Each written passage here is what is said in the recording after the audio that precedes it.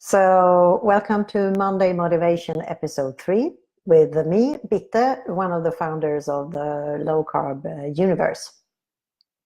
Before I start, I'm going to tell you, as usual, that I'm not a trained mental coach or therapist. In this series, I just share my experiences and what I have done to try to create a more happy Bitte. And I've succeeded quite well, actually. So maybe some of you actually could have some use of learning what I have done. So the topic of tonight is stop victimizing yourself. And as I hope that everyone understands, I am not addressing crime victims. I am talking about people just like me that been victimizing themselves instead of taking responsibility of their lives. So let's get going. Being a victim or victimizing yourself is nothing that is really productive. It doesn't lead you anywhere except that you diminish yourself and you end up like a total nobody. Having no control over your life. And once you realize your own responsibility when you about your thoughts and your actions about something special, you stop being a victim. And when you dare trying to take responsibility the first time, I can tell you that it's so empowering. You want to have that feeling more and more. So once you get started, you just keep going because you want to feel like boss over your own life. So I'm gonna give you a few examples from my own life so that you understand where I've been and what I've been through and what I've been doing to change my behavior.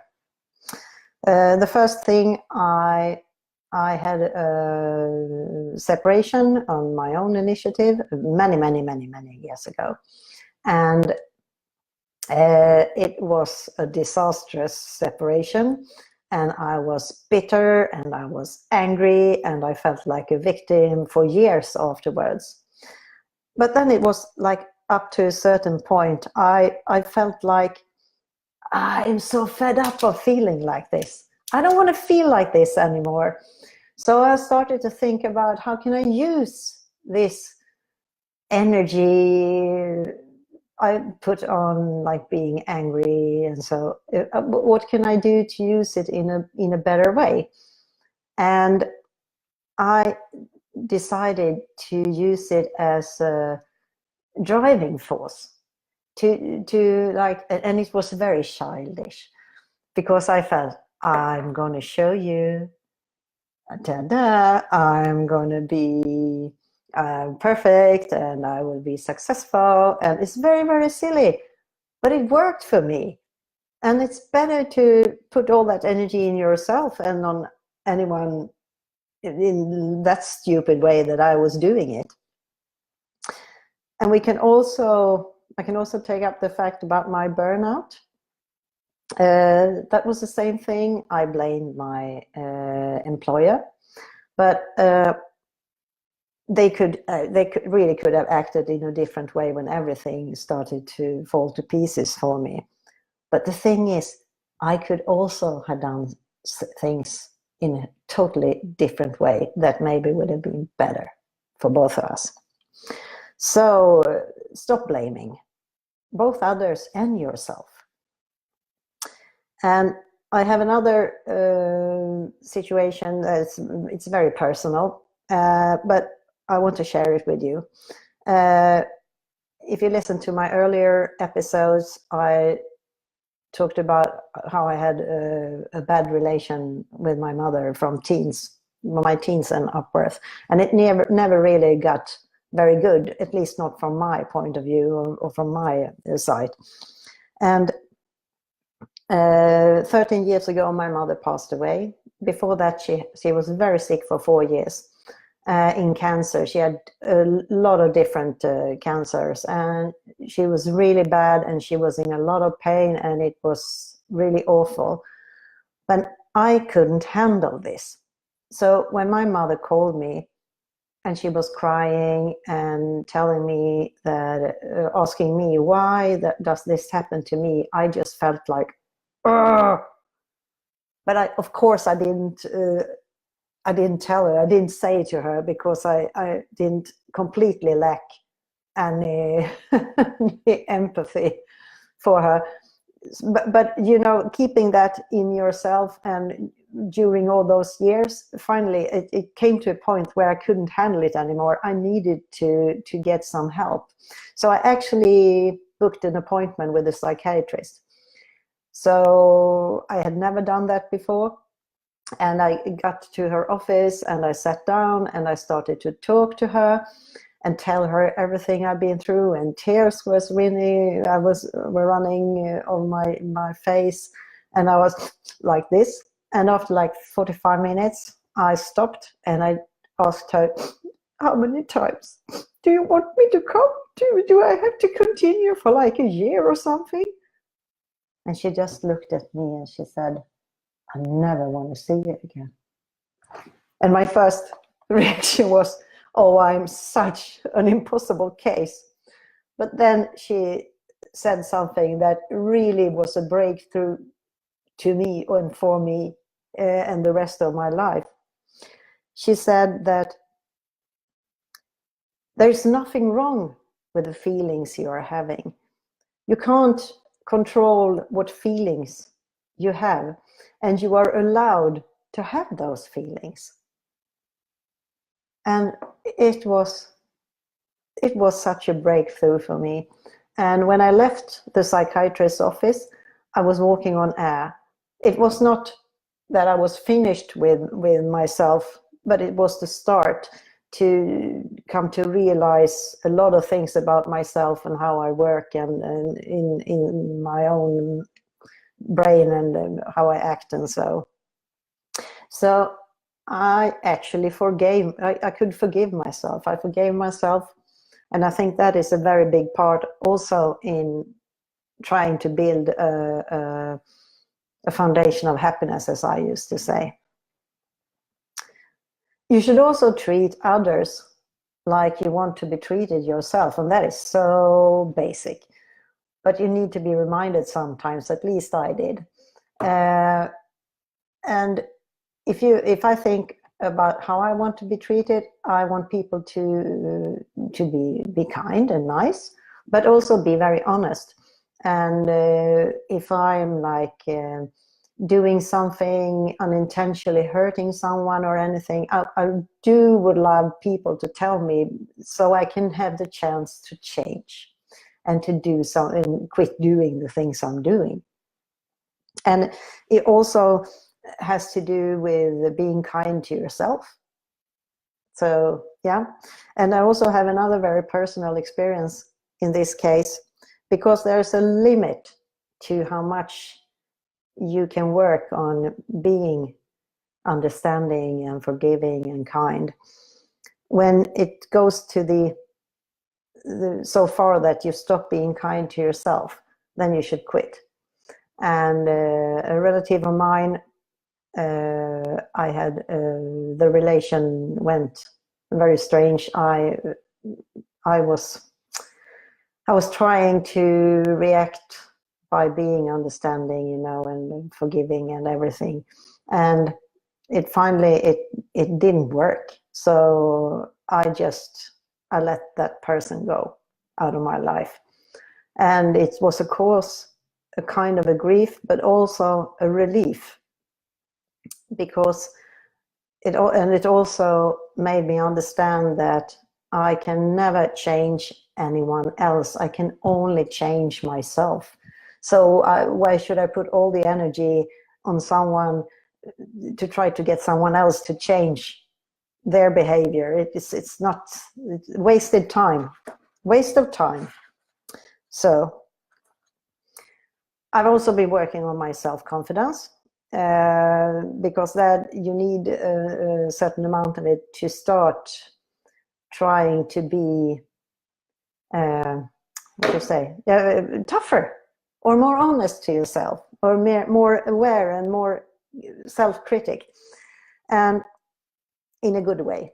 And to me, education was one of the big keys to my self-confidence, because when I started studying marketing and economics in university, after a while I realized that I'm not that impossible and stupid. I'm actually quite clever in some situations, and I made friends, and I loved the time in university, because I went from like here to here. I loved it, and it got me a good job and everything. So yeah, that was what I did, and everyone has to find their own key to start this change. And I also started thinking about why I had been victimizing myself. And the answers I came up with is insecure. I was insecure. I had bad self-confidence.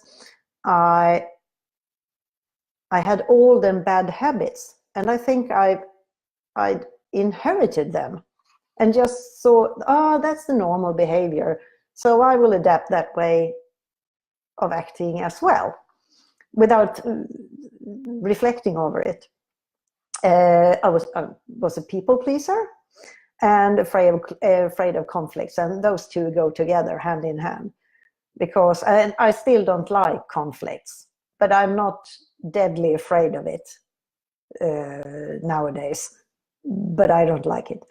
But to me, it was a mix of all of those things that I just mentioned that made me victimize myself.